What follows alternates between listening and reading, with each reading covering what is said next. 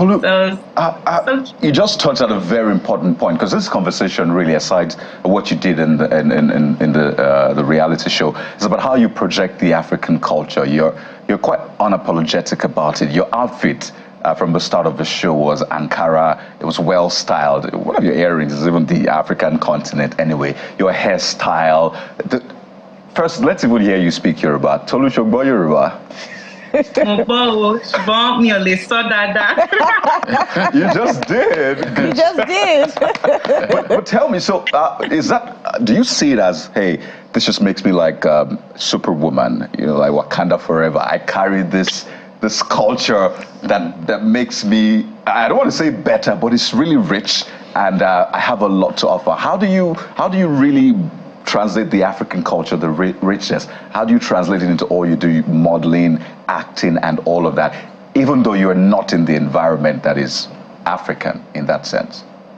I feel like being in the diaspora, it put me in a position where I literally had one foot in both worlds.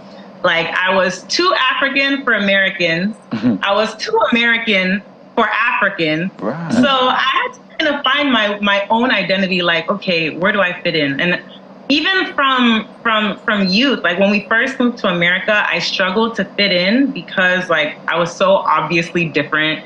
The way that I spoke was different. Like I blame my parents because they speak British English at home. So I went to school saying things like trousers and boots instead of the trunk of a car, and kids were like, "What are trousers?" Like, you know, because that's an American terminology.